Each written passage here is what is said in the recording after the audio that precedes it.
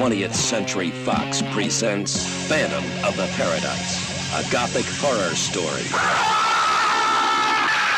What was that? Our love. A beautiful love story. Whole love, baby.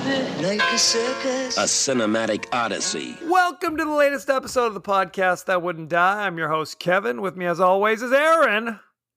What up? Straight off the field from the Cruel World tour, people. What up? Doherty goes hard. Continue on, Kevin. Each week on the podcast That Wouldn't Die, we discuss certain guilty pleasures and forgotten classics from the horror and sci-fi genres with a little comedic twist. So good times. This week, we'll be discussing the cult classic Phantom of the Paradise, starring Paul Williams, and all the rest. Oh, sweet Lord. You ain't wrong about that, brother. You ain't wrong. So, okay, tell us what's been going on with you, Aaron. What's the latest? Dude, I almost died. My friend Linda and I went to go to the Cruel World concert. Best of the 80s and a lot of kind of synth pop, New wave music in the morning. But youngsters performing it. And then it was like the 50s and 60s monsters of rock from the good old new wave days in the evening. The not so new wave. Oh my God. Devo children, if you have not seen Devo, they put on a hell of a show. They're like a little younger than our parents. And they are still kicking it. Costume changes.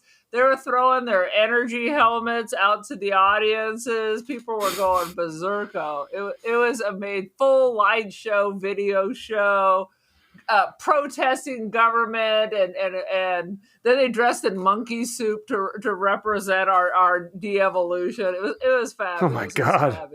It was amazing. Sweet Jesus. And that just rolled into a full Bauhaus vibe. I'm like, I'm sad I missed it. I needed to be in a small venue and just absorbing all the sad boy vibes. It was amazing. And it was 150 degrees out. Well, thank God. By the time Ziva was on, the sun was going down. But Linda and I, it was 2.5 hours in the merch line. So there's a couple from Colorado who seem immune from the heat. So, when one of us was about to pass out, we'd go sit under a tree and then we'd trade off, and this nice couple saved our seats the whole time. And then the concert ran out of water. Ran out of water. It's 94 degrees. There's 25,000 people. That's all. I'm just telling you. But before PIL came out, I was ready to say, screw this bitch, screw my $200, my $600 hotel, screw it all. I'm getting the F out of here, and on my way out, I'm going to burn this motherfucking place down, and I'm never going to attend another adventure like this.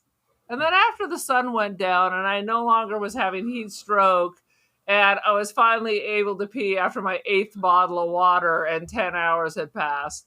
You were in business. I've been resurrected, and I hadn't been drinking, children. I was just so happy to not be near death and organ failure. Thank you, people who put on Cruel World, and to all you bastards who are there today, where it's a 10-degree drop in temperature. Screw you. Aaron, give us your 30-second synopsis of the Phantom of the Paradise. Dude, I don't even know what's going on in this shit. All right, so it's the Phantom of the Opera, and it's a combination of that and, as they say, Faust, where, you're going to sell your soul for a chance of riches. So if you combine those two ideas, and then there's still the one girl that needs to be rescued from the bad person, there you got it. Imagine Tommy. Imagine the movie Tommy, because they're trying to do a rock opera, but without any of the good songs from The Who. Like if Kevin and I wrote the music for Tommy, would it have been successful? No. Usually with a rock opera, you're going to need a lot of good songs. Although I will tell you, the love theme from Phantom of the Paradise is going to be at my next wedding. Just telling you. Oh, sweet Jesus. Good. Now, you had never seen this before. You thought it was like Kiss meets the Phantom of the Park or something. No, I always got. I seem to think I at least seen part of this years and years ago. But you're right. I always confuse this one with the one with Kiss at Magic Mountain, where there's like a bad person and they're superheroes or something. I always think of these as the same thing. Because I would think this movie's right up your alley. It is so bizarre. So ridiculous. Not in a good way. Once again, I gotta blast this Peter Dinklage Cyrano de Bergerac. If you're gonna have a musical, you should have music that people want to listen to. It's all about the songs. If you have any kind of music-based show, the songs got to be banging. And I have to say, Paul Williams, look, he wrote a lot of songs.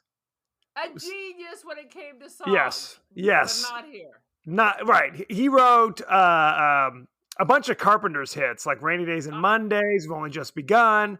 He wrote the Rainbow Connection. Can you believe? Oh my God! When I was going to the concert, we drove by Jim Henson's studios, and there's a giant Kermit frog on top. As there should be. The Rainbow Connection. It makes me cry. It makes me cry. It absolutely makes me cry. It is the craziest thing. It makes you cry. He's a wizard. And you want to hear our 3 degrees of separation from Paul Williams? What is it? So he went to high school in Long Beach. And do we have a relative that lived in Long Beach? Who is that? Aunt somebody? Our great Aunt Marge had him in her class. And she used to always tell me about Paul Williams and what a great kid he was and blah, blah, blah. Of course, now she's dead and I can't call her and say, tell me more about Paul Williams, who is in fact still alive. He is still alive. He absolutely is. But that's the thing is it's like there was a period where it seemed like you could not throw a rock without hitting Paul Williams at least twice. I mean, he was in Smokey and the Bandit. He was like acting in stuff where he's primarily a composer and a songwriter, obviously. I don't know how he did it, but you're right. He wrote the Love Boat thing. Love Boat thing. Jack Jones. But there was a while that if you heard a song, he wrote it. Absolutely. And the thing about this movie is all the songs kind of blow. They're not particularly catchy at all. It's madness. The love theme was okay. It was kind of interesting, but for sure that was the best of it. But again, musical. Yeah. I mean, gotta have songs. Now, okay.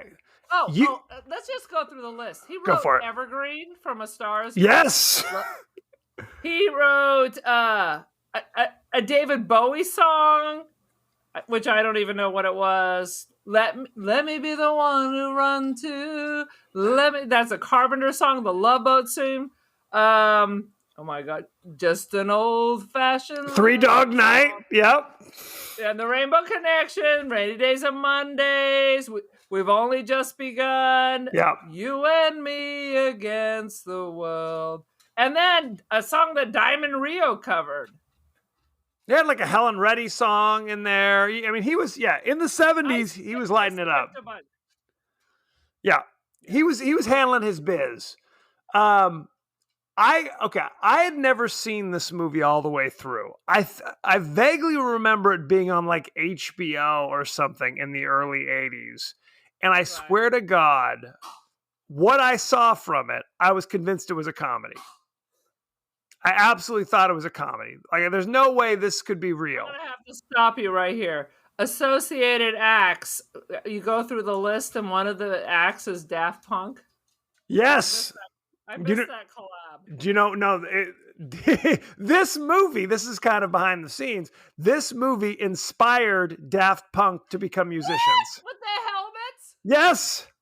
Oh, they're just young little babies. I'm surprised they even saw this. Yes, it inspired them, and actually, they did collaborate. They brought, they had Paul Williams write a song with them.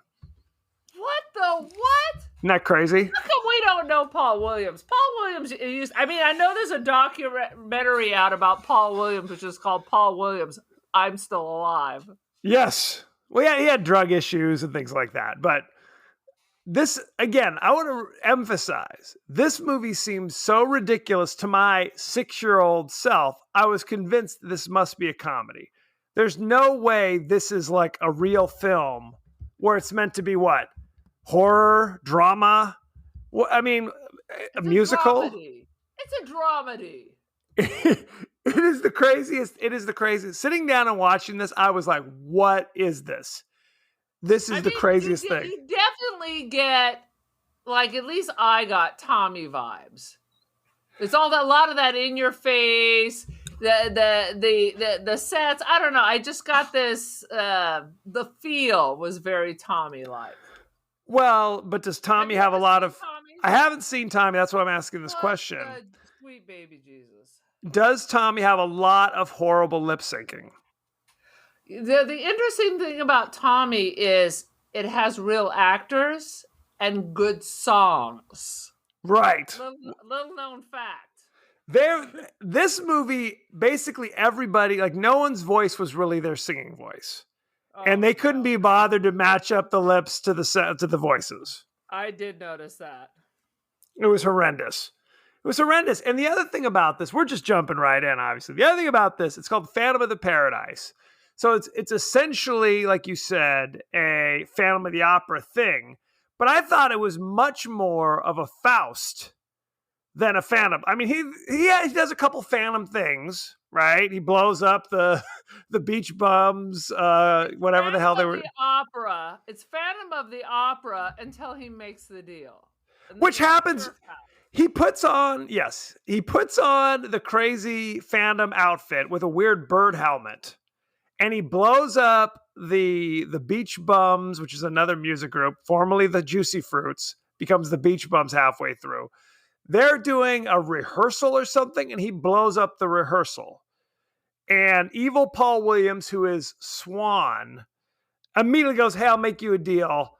Write the music, and I'll make sure that girl that you met once, who doesn't give a damn about you, I'll make sure that she gets to sing the song. And by met, bumped into the hall. Bumped into her. Okay. We got it. Oh, sweet Lord. Okay. At the Paradise, which I was like, is this a club? Is it a music venue? Or is it a place where they put on musical productions, like a Vegas showgirl type of thing? And is it in fact the Paradise Theater that Styx did a whole concept album on also?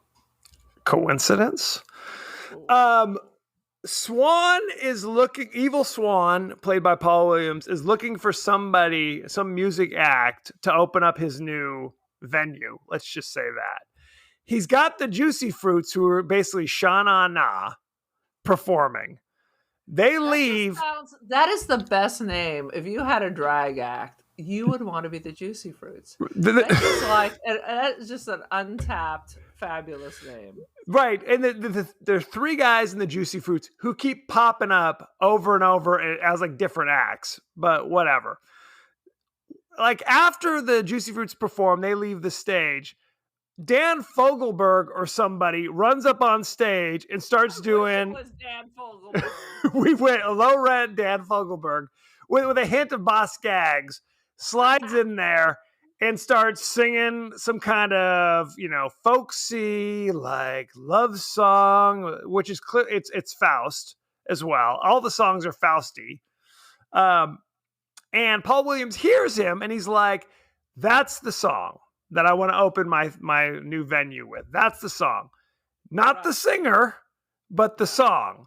And he sends his goon to basically steal the music, which he does.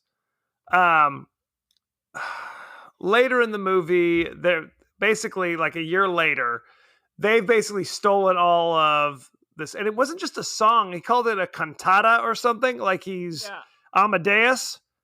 Rock me Amadeus, Amadeus, Amadeus. If only.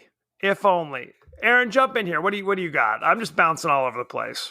Okay, you want to know what a cantata is? Please hit me. It's Italian. I know it's hard to believe. It says literally it means sung. Oh, does it? Maybe you better say something else while I read this long. This is good pod. Anywho, so he discovers, okay, Dan Fogelberg discovers Swan stole his music and is having auditioning girls to perform the song, but the audition process is literally just the casting couch. Like, no one ever actually has to perform. They just go into a room. It's Rape-A-Vision, where they just lay on top of you.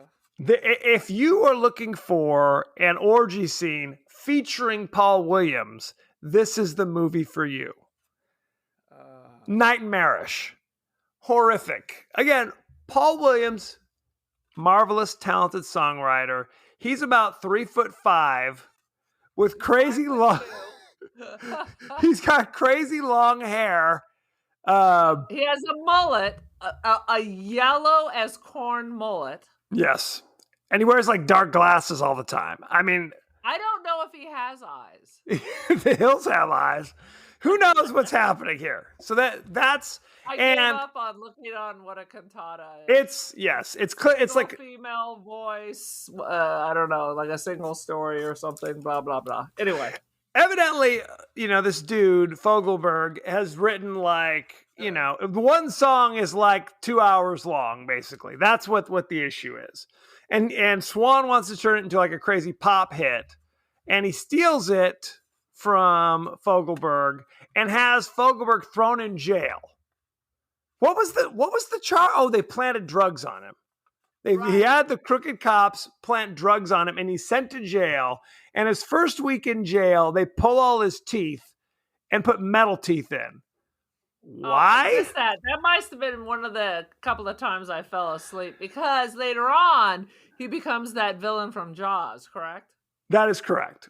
Absolutely. Well, it was like the warden's maybe he couldn't get the girls because he had stank breath.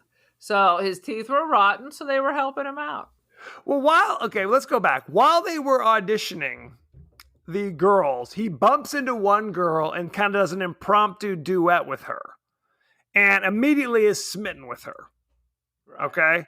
They meet briefly, I swear to God, for 30 seconds. So now for the rest of the movie, she's like his muse or something, and she doesn't even remember this dude at all. Right? But we're at the audience, we're supposed to think this is like, what are we supposed to think? She's not even a good person, because she's totally seduced by Swan. And I think there's actually a scene where she's like licking his nipples, and he has his off. It is one of the most disturbing things in cinema history. It was nightmarish. It was nightmarish, to say the least. She was rubbing up her leg all over him. I was like, oh. And I thought it'd be a quick one, but no. There's grinding and shirts off and That's correct. There's a lot of that going on. That was the horror part. That was the horror. So go ahead. A horror dramedy.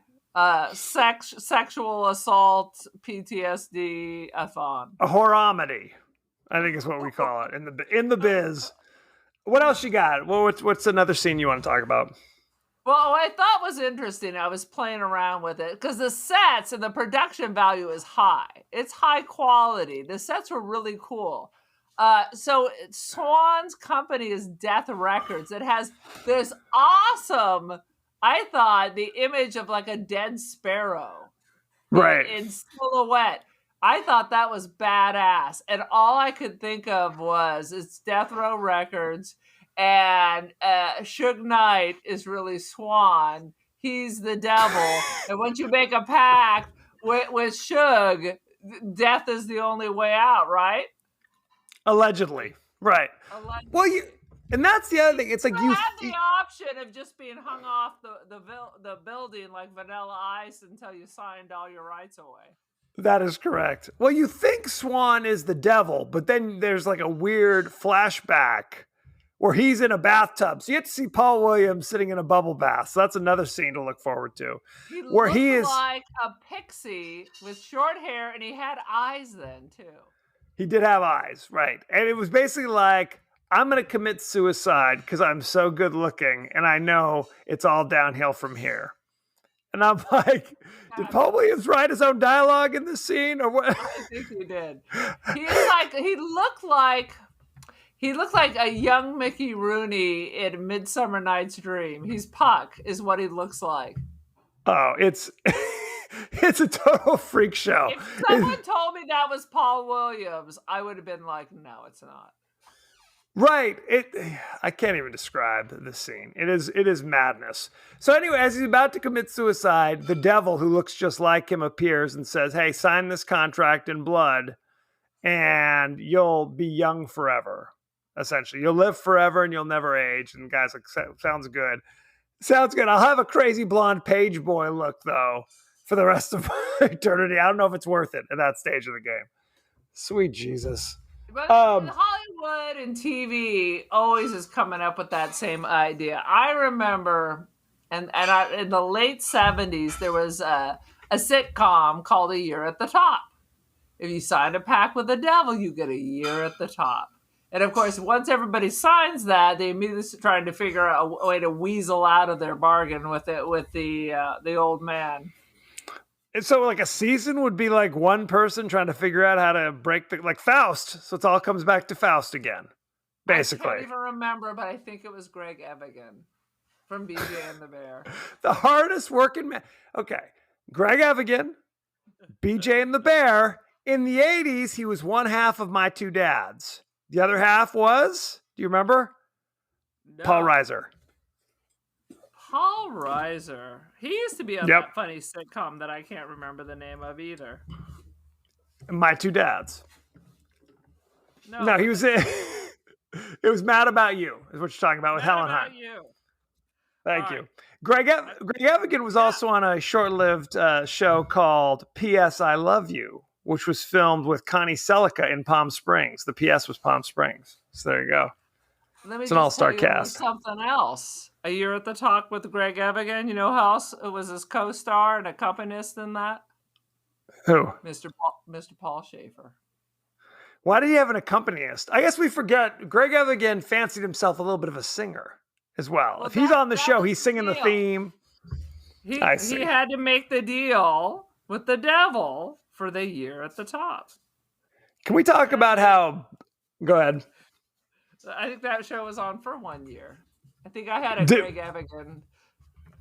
Did it end with him like going in flames, like Drag Me to Hell kind of situation where that's how it ended, canceled? I can tell you zero about the show, except that it was a deal with the devil. And I can't remember if he made the deal or if the devil was just always courting him. So one of our elderly listeners who remembers a 1977 sitcom that may have only been on for 1 year might want to call in.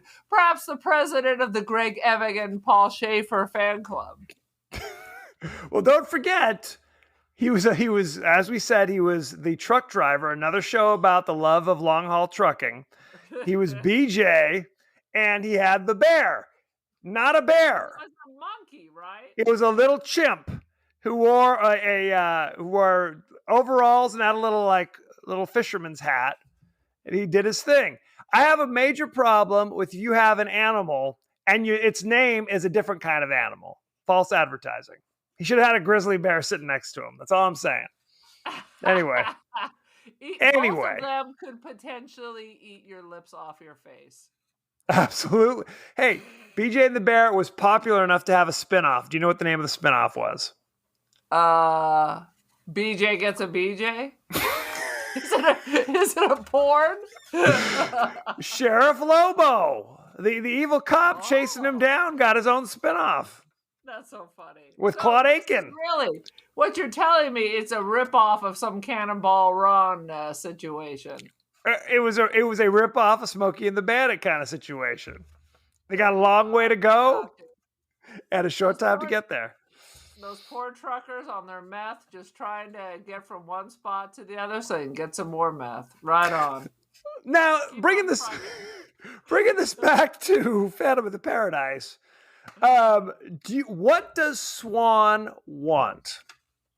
Can you answer me this question? because I was baffled. A lifelong contract. For what purpose? Well, at first I thought it was to keep him writing, but then it made no sense when they bricked him up on the wall. Then we determined that actually he can't even kill himself because it's not his life to end. So well, then why did you brick him up on the wall? Right.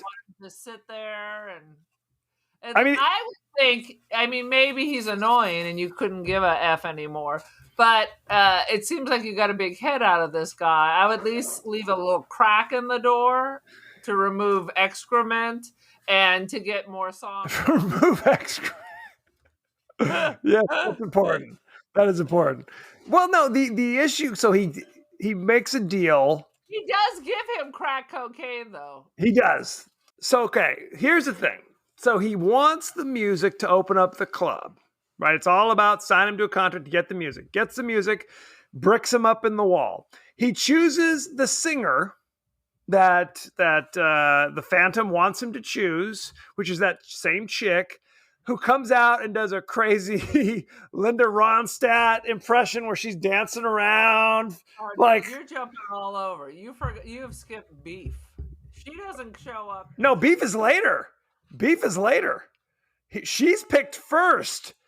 And she is and there's that whole scene where she sings and she's impressed, so Paul Williams picks her. And then he has this long scene where he's talking to his henchman going like, she's too perfect. You know what? And I only like perfection in myself.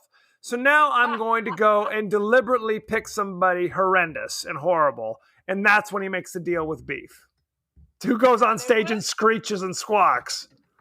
There was this whole carousel of the same song, some country style, like by a hillbilly singer.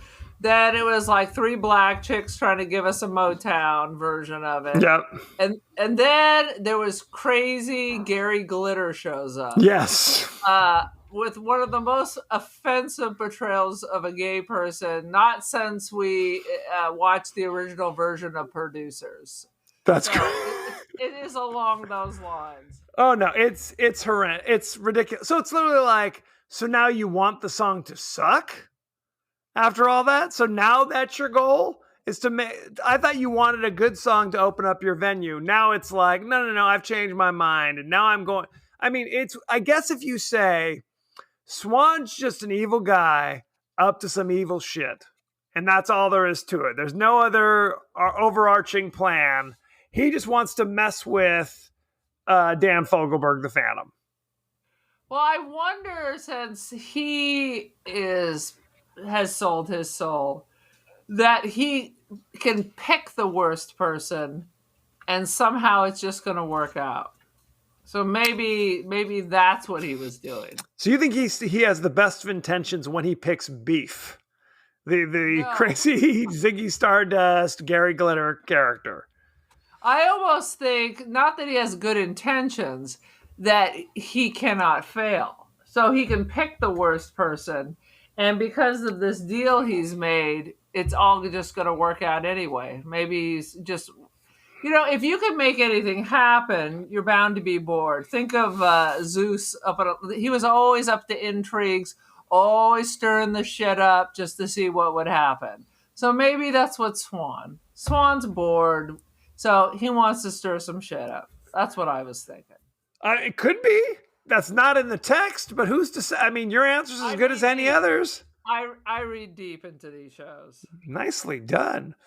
So they've got the song, and at one point he's singing in the shower. Gary Glitter is singing in the shower, and the Phantom attacks him with a plunger. And I think I saw this scene. I'm like, oh, this is a comedy. This all makes sense.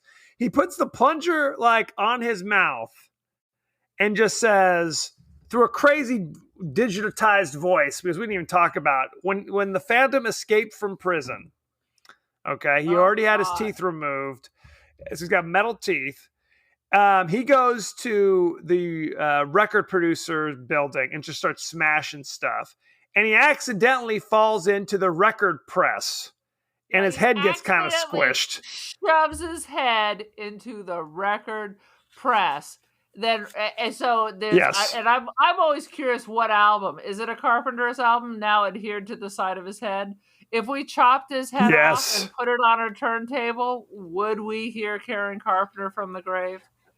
Anyway, he goes One could only hope. Screaming out of the factory and jumps in the river. So they assumed he was dead.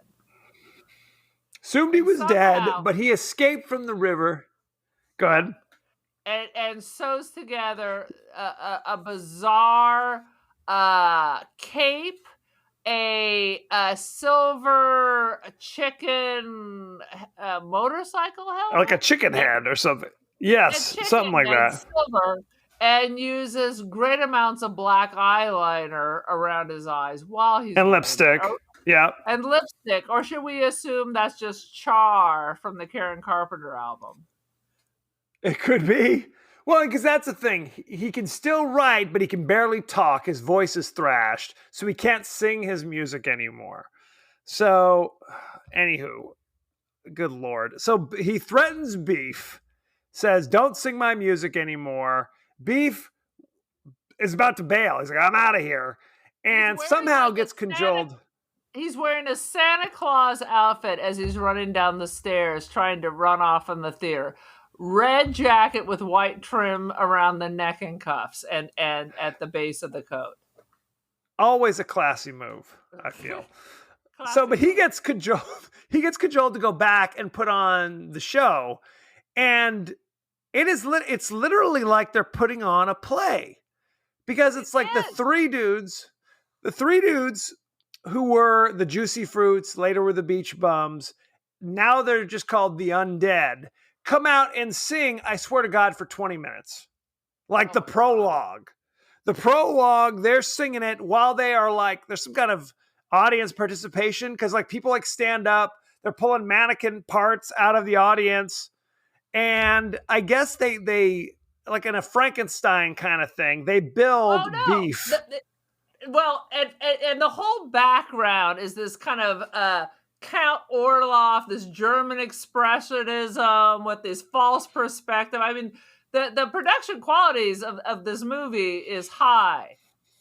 The rest of the stuff is low. Pretty much everything else is low. So 20 minutes into the musical, I mean, again, it's like a play is what's going on.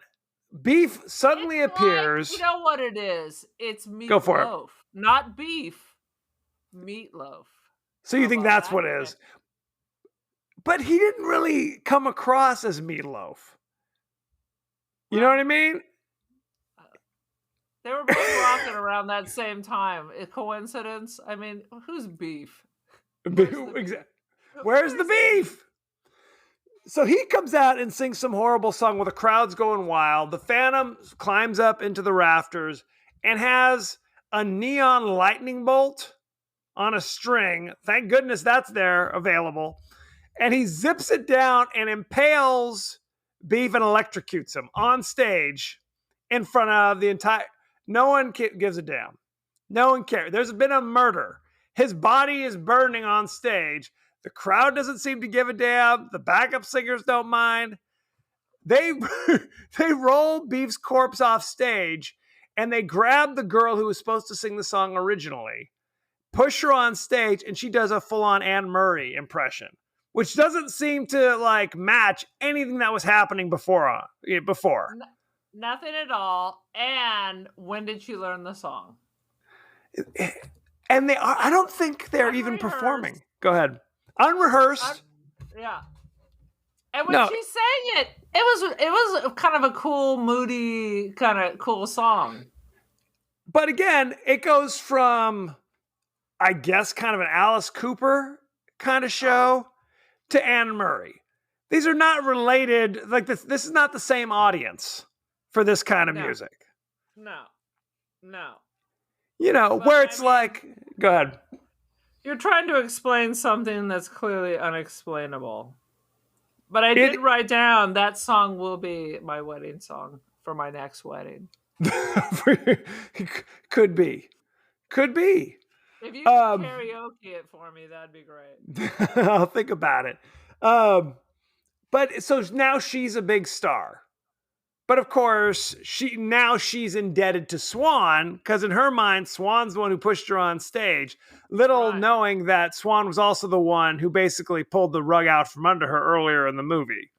Right. So this movie, it's her lover. Yes. She doesn't know, and she's in bed with Paul. I keep wanting to call him Paul Lynn. You might as well. Well, yes, she's like she's a big success. She sang her dower song, and Paul Williams is like, "Hey, why don't we grab a little bottle of champagne, go back to my place?" And she's like, "Cool. I thought you'd never ask." This is not a Harvey Weinstein situation. This is I'm all in. Where do I sign? Car picks me up out front. Yes. The song is called "Old Souls." Yes. Well, but that's the song she sings then, because it seems like they sing a different song every time. You think they're singing the one song, but they're singing some other weird. This movie, man, it is anarchy. I am feeling very angry at Brian De Palma. We haven't even mentioned this is a Brian De Palma. This is Brian De Palma. This is before Carrie. This is before Body Double, Dressed to Kill. This is early De Palma. Dude, if this was a woman director, and I'm sorry if I have to educate the men in the audience, but please. And I don't want to preach, but if this was a woman director cranking out this load of shit, she would never been given another script. Look at Kathy Bigelow with The Hurt Locker. Compare her career to M. Night Shyamalan. Why he's still getting a handful of money? She's doing fine in her defense, but you are right. Fine as she could be. That is true. People, it's all about who you know, and men trust men over women when it comes to this shit. Because Brian De Palma, for sure, has made many stinklers and continue to work. I have to say, Carrie is the apex. I still have to say that his name's not Brian De Palma, and he's not doing, as far as I know, he's not doing any stinklers. What are stinklers, by the way? I don't know what that is. It doesn't sound good. I guess that's this movie is a stinkler. I'll tell you what a stinkler is. Please. It's Bad About Paradise. It's Bonfire of the Vanities. Of the Vanities? Are you having mini strokes or what's going on? We're having technical difficulties later. I'm having a bit of a De Palma. I'm thinking.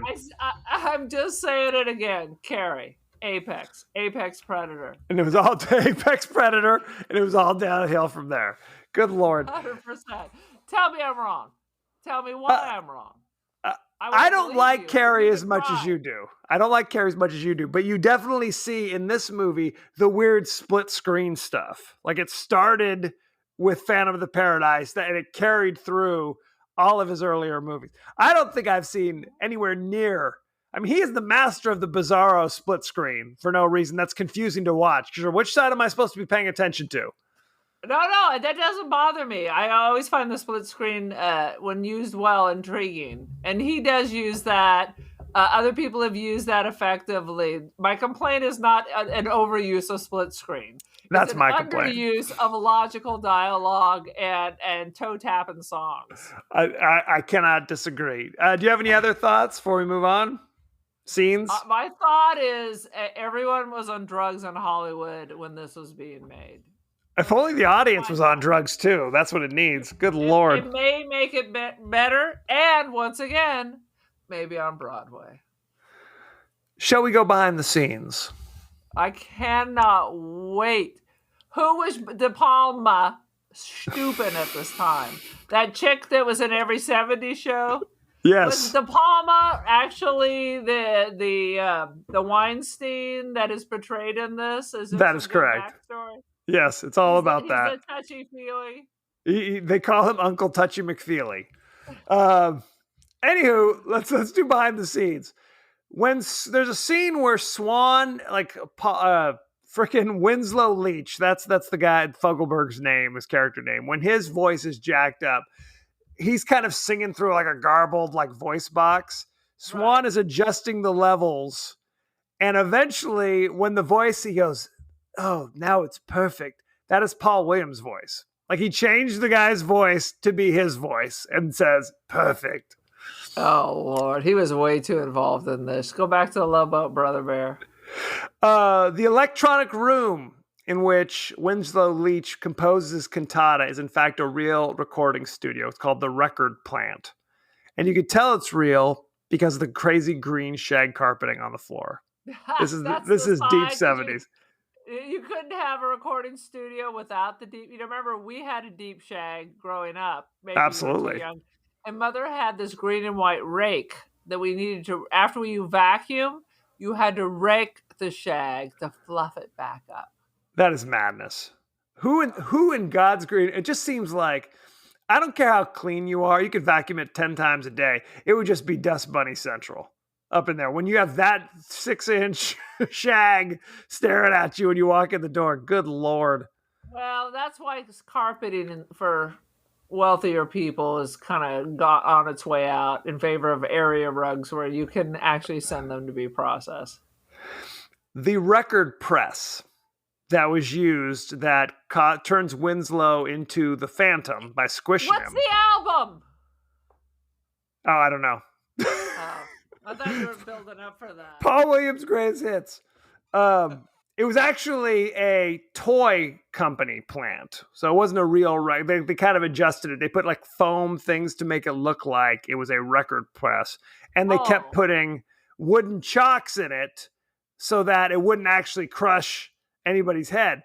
Problem was it was so strong, it kept snapping the wooden chocks that kept it from closing. And it was only because of the quick reflexes of the guy who played Winslow Leach that he wasn't seriously hurt. Holy shit, where's Cal OSHA on this? Where's the union? You're telling me. Yikes. What if that had happened in the filming of The Fly? That could have been a problem. That would have been a problem. Or pretty much, if it happens in any movie, it would be considered a problem, I think. In addition to Gaston Leroux's Phantom of the Opera and Johann Wolfgang von Goethe's Faust, the film also references Mary Shelley's Frankenstein, Oscar Wilde's Picture of Dorian Gray, and Edgar Allan Poe's The Cask of Amontillado. Do you know which scenes reference which? Frankenstein's got to be the beef, right? Yes. Yeah. And then the Portrait of Dorian Gray. That's when Paul Williams gets killed and then immediately ages and crustifies to his current time, right? Right. In the Picture of Dorian Gray, the picture shows the evil that Dorian Gray has been doing, where his real appearance has not changed. Like the picture becomes evil looking, basically. In this movie, we don't see that. It's a video.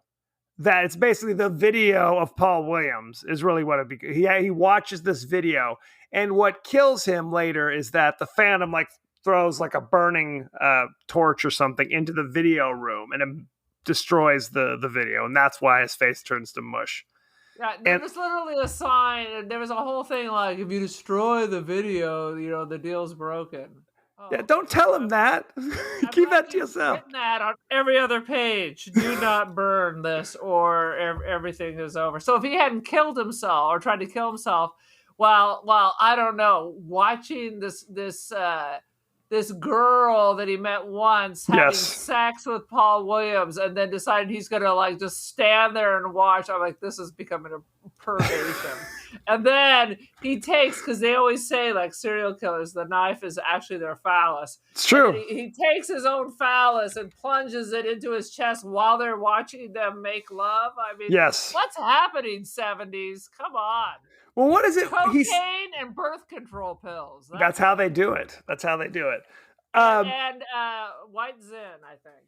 He stabs himself because he's been being cuckolded, essentially, because he's watching through the window for 20 minutes while they're getting down. Then Paul Williams appears and says, "You can't do that. I own you, essentially. Your contract is until I die." So then Winslow stabs him, and he's like, "But I've signed a contract as well." So that's when later is the reveal. Yeah. Oh God. If you want to watch a video of me in the bathtub, you'll find it in the video room. Check that good stuff out. Don't do anything to it, okay? That'd be cool. Please. The voices in the orgy scene all come from the same actress, Betty Buckley. Betty Buckley? Yes. Do you know who Betty Buckley is? Yes. She's got the blonde curly hair, right? What was she in? Famously, I see her face so clearly. Famously, she was the first wife on 8 is Enough. But we know her because she played Miss Collins in Carrie. Yes! Yes. There you go. But we also saw her in The Happening. She was in The Happening. That's yes. She was also the crazy woman who lives alone towards the end of The Happening. Very short, like gray, kind of curly hair in that. That's what I was imagining. Yes, I love Betty Buckley. They brought her in just to do orgy voiceovers for this. Yes, they did. Because I don't know why these two actors couldn't make any reasonable sex sounds. They couldn't. They just couldn't do it. Well, it wasn't the orgy itself. You don't see an orgy. You just see a lot. Like that? Is that what Hopefully not. Hopefully not. Good Lord. Now I'm going to have nightmares. I hope it was worth it. Let's see. We talked about how Daft Punk cite this as their favorite film, the foundation for a lot of what we're about artistically. Well, they claim to... They claim to... This is genius. They've seen it. They've seen it 20 times. Paul Williams, who composed the music of the film and played Swan, appeared on Daft Punk's album Random Access Memories. So there you go.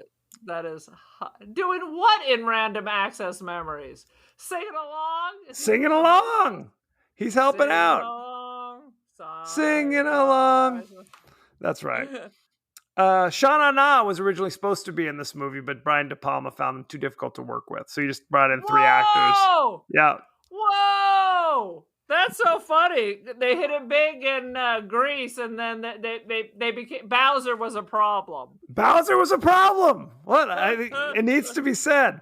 This is before Grease, too. This is like 4 or 5 years before Grease. Absolutely. Originally, it wasn't going to be called Death Records. It was going to be called Swan Song Records. That's a good name. Sadly, it belonged to Led Zeppelin at the time, and they were going to sue. Oh, you're right. That's right. That's right. I knew it sounded good. There were other... Suge Knight connection. There is no. Suge Knight's is called Death Row Records. That's what I said. Coincidence? And that's what I was saying earlier. Once you sign a contract with the Suge, you ain't going nowhere else. Suge Knight also says this is one of his favorite movies and has guided his artistic vision over the years. So there you go. Coincidence? Who's to say? Shall we go to the ratings? Or wait a minute. No, let's go to the cast. Sorry. Yeah. I'm losing my mind. This always happens to me. The cast. You're out of your mind? Paul Williams played Swan. You know him from Phantom of the Paradise. He was in the Muppet movie. He played. He was in the scene with Rolf the dog, if I remember correctly. He was in Smokey and the Bandit, Smokey the Bandit 2, Smokey the Bandit 3. It's an all-star cast. I always had positive feelings. He always, and I know exactly what that song. He's in the bar where Ralph the dog is playing the piano. Absolutely. William Finley played Winslow the Phantom. You know him. He was in The Black Dahlia. He was in something called Sisters, something called Simon. He actually was in a lot of De Palma movies as like kind of just a background character. Phoenix, who was the woman. She did a lot in the 70s. Did a lot in the 70s. Her name is Jessica Harper. Her big thing, do you know what it is? No. That we've talked about on this show before? Suspiria. Yes! Suspiria! She was Susie Bannon in Suspiria, the main character. She was also in Shock Treatment. Right. She was in Minority Report and, of course, Phantom of the Paradise. strangely enough, she got this role over Linda Ronstadt. Interesting. I didn't think Linda was acting. I always heard this rumor when she was on Broadway doing The Pirates of Penzance that they had to make sure that she sang all her dialogue because she was not confident enough to say it out loud. Well, and that's kind of different. If you're in a play, you get one chance to get it right. If you're in a movie, take 15. You know what I mean? Anything goes. All right. Let's see. One more person I want to mention is Garrett Graham, played Beef. Oh. You would recognize he was in Child's Play 2. He was in Used Cars. No. He was in The Phantom of the Paradise. He was No. in The Creature Wasn't Nice. You know it, don't you? No. The Creature wasn't nice. The Creature was bad. Wasn't nice. He was in a lot of stuff in the late 70s through the 80s. So a lot good of stuff times. I haven't seen, apparently. Clearly not. Now let's do the rating, shall we? All right. The Phantom of the Paradise currently has 86% fresh on Rotten Tomatoes. I'm going to need an explanation. Let's go direct. Audience gave it 84%, so they're like walking hand in hand here. Let's go to the top critics. Vincent Canby of the New York Times, 1.5 out of 5. An elaborate, Sound like an 86. an elaborate disaster full of the kind of facetious humor you might find on bumper stickers and cocktail coasters. Good stuff. God, I think that review was written in 1977. Variety staff, I always love when they say that. A very good horror comedy drama about a disfigured musician haunting a rock palace. Brian De Palma's direction and script make for one of the very rare backstage rock story picks, catching the garishness of the glitter scene in its own time. Bullshit. I don't think it's a comedy. People talk like it's a. I don't think it's funny. I think what they think is funny is just the bad writing. I never laughed. No. Never No. laughed. No.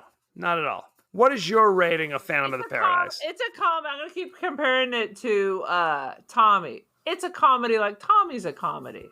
You know, that's a real knee slapper, fiddling around.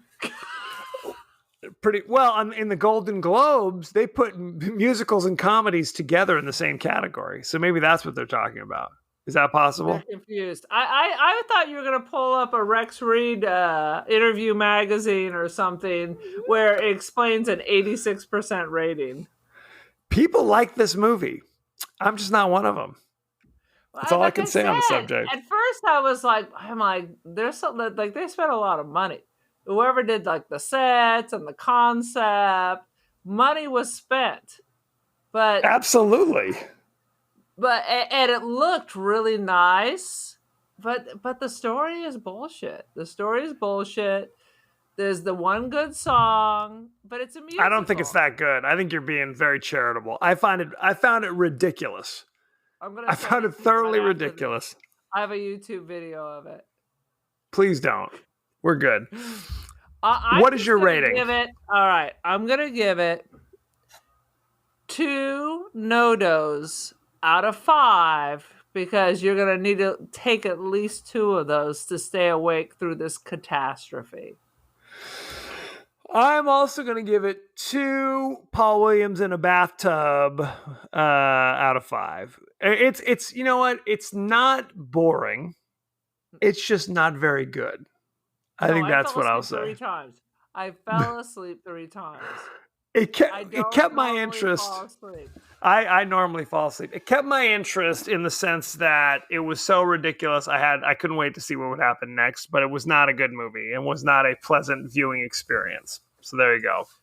No, it was not good. People love it though. Yeah. Who are these people? That's what I'm demanding. I demand to know. Daft Punk. Who are these people?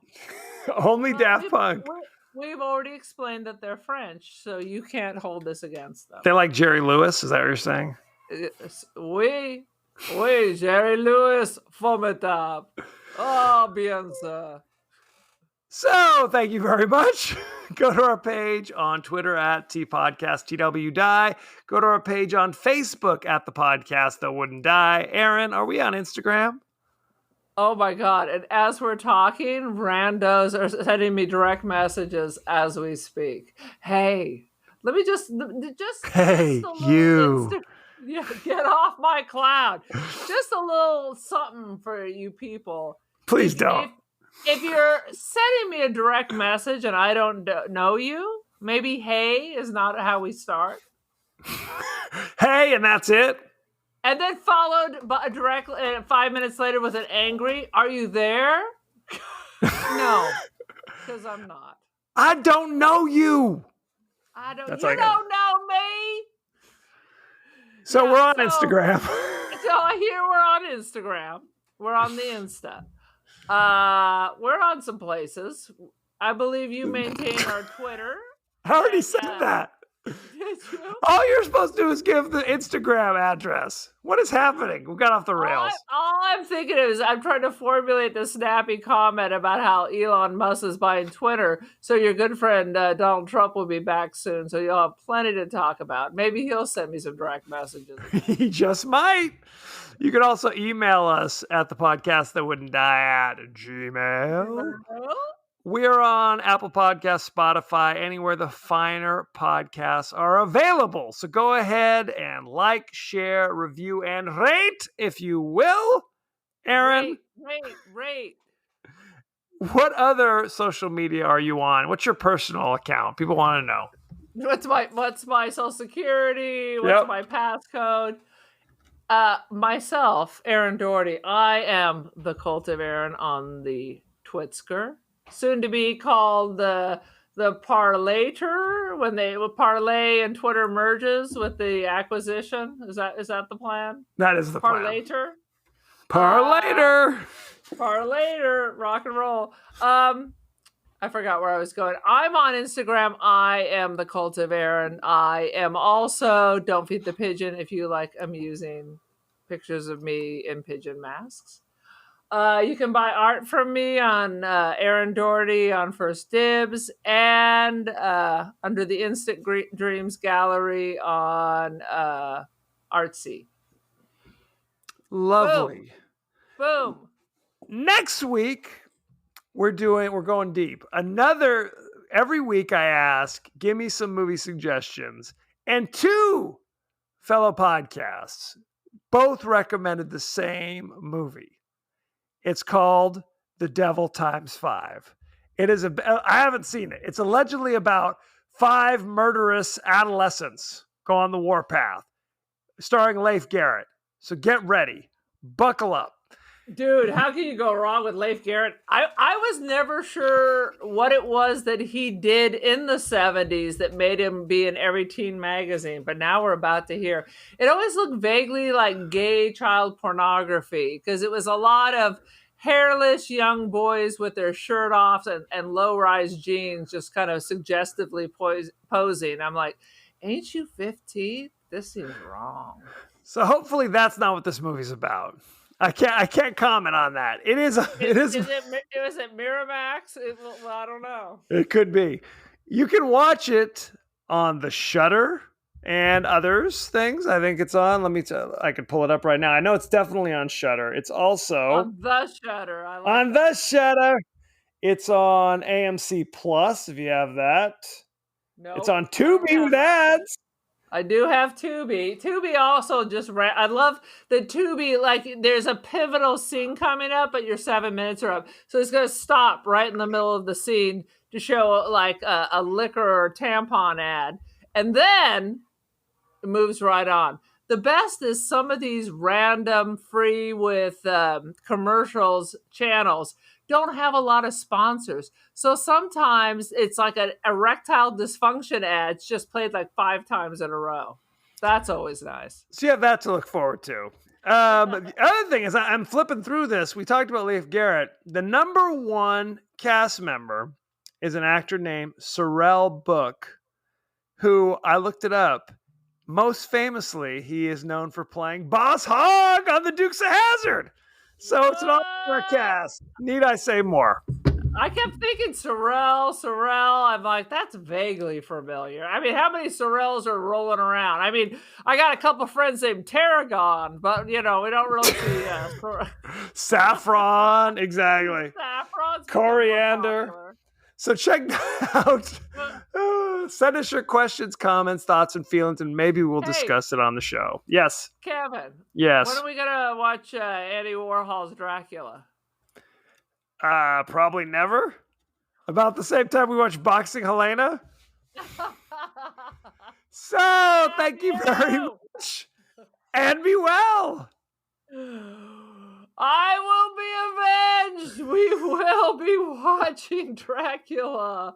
Whatever, flesh for Dracula or whatever the hell. Blood for Dracula. Udo Kier will not be denied. He may be.